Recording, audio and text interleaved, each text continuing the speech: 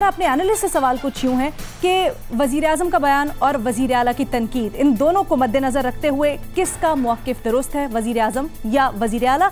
और open options हैं हमारे एनालिस्ट के पास, चाहें तो अपना जनरल कमेंट भी कर सकते हैं। पैनल पर आज हमें ज्वाइन करें महमल सरफराज साहिबा, रीमा उमर साहिबा, शहजाद इकबाल साहब, इरशाद भट्टी साहब और बाबर सत्तार साहब भी हमें ज्वाइन करें। बाबर साहब, इससे पहले हम इसमें जाएं कि क्या होना चाहिए, किसका मौक़िफ़ दुरुस्त है, थोड़ा सा हमें एक्सप्लेन कीजिएगा। जो NFC अवार्ड्स का सिस्टम है, वज़ीर आज़म ने इसके ऊपर सवालिया निशान खड़ा किया है। अगर हम ख़ुसूसन कोरोना के वक्त में देखें तो बहुत से ममालिक में सिस्टम्स पर सवालात उठ रहे हैं, जैसे UK US में भी उठ रहा है।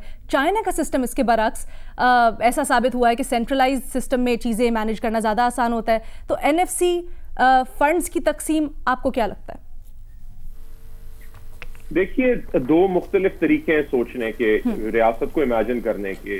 कंसेप्चुअल लेवल पे अगर हम सोचते हैं तो एक तो ये है कि आपने फेडरेशन चलानी है या आपने एक सेंट्रल यूनिटरी सिस्टम चलाना है।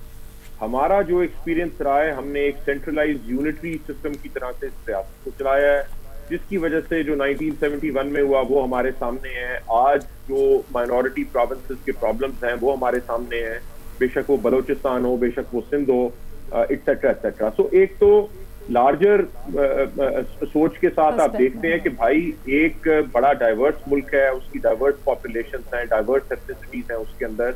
उसे साथ रखने के लिए क्या आपने पावर सूबों को देनी है, फेडरेटिंग यूनिट्स को देनी है या नहीं देनी। इस हिस्ट्री से सीखते हुए 18वीं तरमीम आई।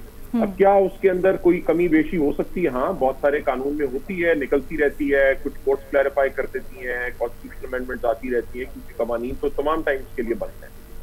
लेकिन जो प्राइम मिनिस्टर साहब दो बातें कर रहे हैं, कंसेप्चुअली अगर आप बहुत सारे शोबे सूबों को दे देंगे तो जाहिर है उसके रिसोर्सेज भी आप सूबों को दे देंगे। अगर आपने एजुकेशन और हेल्थ सूबों को दे दिया है तो फिर पैसे भी आप उन्हें देंगे।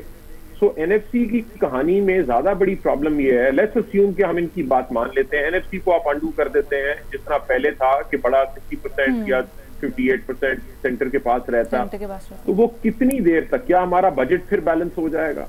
ये एक लार्जर डिबेट है हमारी प्रायोरिटीज की कि आपने डिफेंस पे कितना लगाना है, आपने अपने बजट डेफिसिट को रखना है या नहीं रखना, आपने क्या खर्चे उतने करने हैं जितने आपके रिसोर्सेज हैं, आपने टैक्स रेवेन्यूज बढ़ाने या नहीं बढ़ाने। वहां पे हमें फेडरेशन या फेडरल गवर्नमेंट फेल होती नजर आती है, रेवेन्यूज भी डिप होते हैं आपके, आपने अपनी प्रायोरिटीज भी नहीं चेंज की, एटसेट्रा एटसेट्रा। दूसरी चीज जो उन्होंने की है वो डेवोल्यूशन ऑफ पावर की बात की है, वो भी बड़ी हैरत अंगेज बात है। पंजाब में इस वक्त आपकी हुकूमत है, KPK में पिछले अब इतने सालों से आपकी हुकूमत है, बलोचिस्तान के अंदर तो हमेशा से ही जो इस्लामाबाद होती है। तो आपको क्या चीज रोक रही है एक इफेक्टिव लोकल गवर्नमेंट सिस्टम लाने से? क्योंकि कॉन्स्टिट्यूशन तो नहीं रोकता, उसमें तो आर्टिकल 140A आ गया है कि आपने लोकल गवर्नमेंट बनानी है, आप कानून साजी करें। और इन्होंने बनाया कानून, आप अपने KPK के कानून को देख लीजिए जो आपने बनाया, क्या उसमें आपने डेलीगेट कर दिया?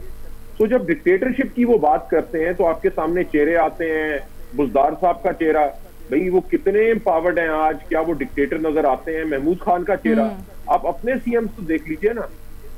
एक CM फिर रह जाता है, आपको मुराद अली शाह के साथ 50 डिसएग्रीमेंट्स होंगे, लेकिन डिक्टेटरशिप की आप बात करें तो उसका चेहरा आपकी आंखों के सामने